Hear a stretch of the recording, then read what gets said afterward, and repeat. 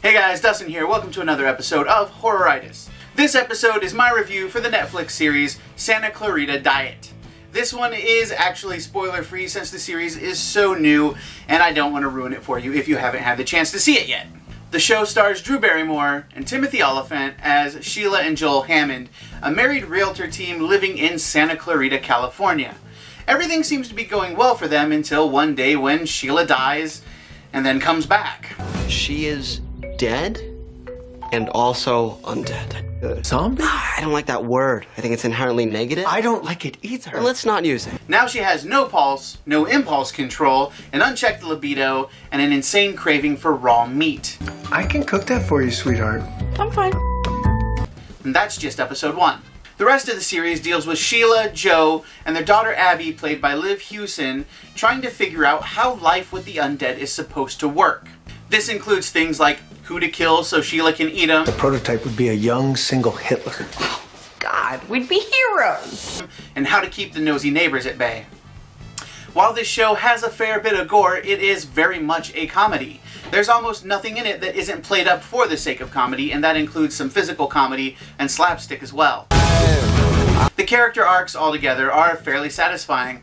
Barrymore's character, due to being undead, does a complete 180 and then has to work herself back to some sort of neutral ground. I have endless energy and I sleep 2 hours a night. I get so much done. You eat people. I know. It's just that I'm so much more confident. I can parallel park in one move now. Houston does well as a teenager trying to find her place in the world, only to have her world completely redefined in the course of one night. Olyphant's character, however, struggles to keep control in a situation where he never really had any control in the first place, and it kinda comes across as weak and awkward. That'd be great, honey.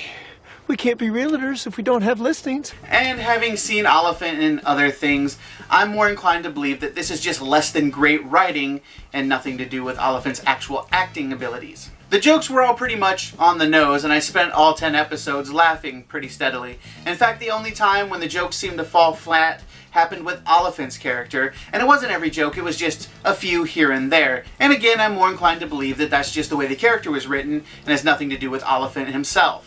And don't get me wrong, I really do like Olyphant's character a lot. He has these great reactions to everything, and he has this amazing ability to go off on these hilarious tangents out of nowhere. All in all, it's a pretty solid series. It's got good comedy, great gore, and some great cameos that really catch you off guard.